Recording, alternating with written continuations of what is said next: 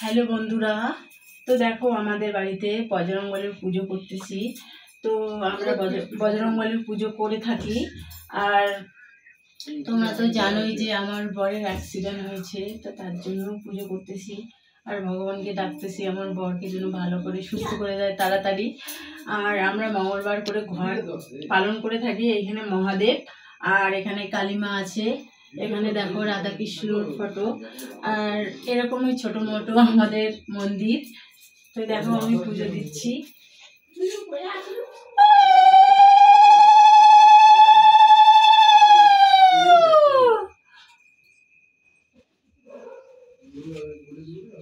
তো বন্ধুরা, তোমরা একটু কামনা করবে যেন আমার বর তাড়াতাড়ি সুস্থ হয়ে যায়।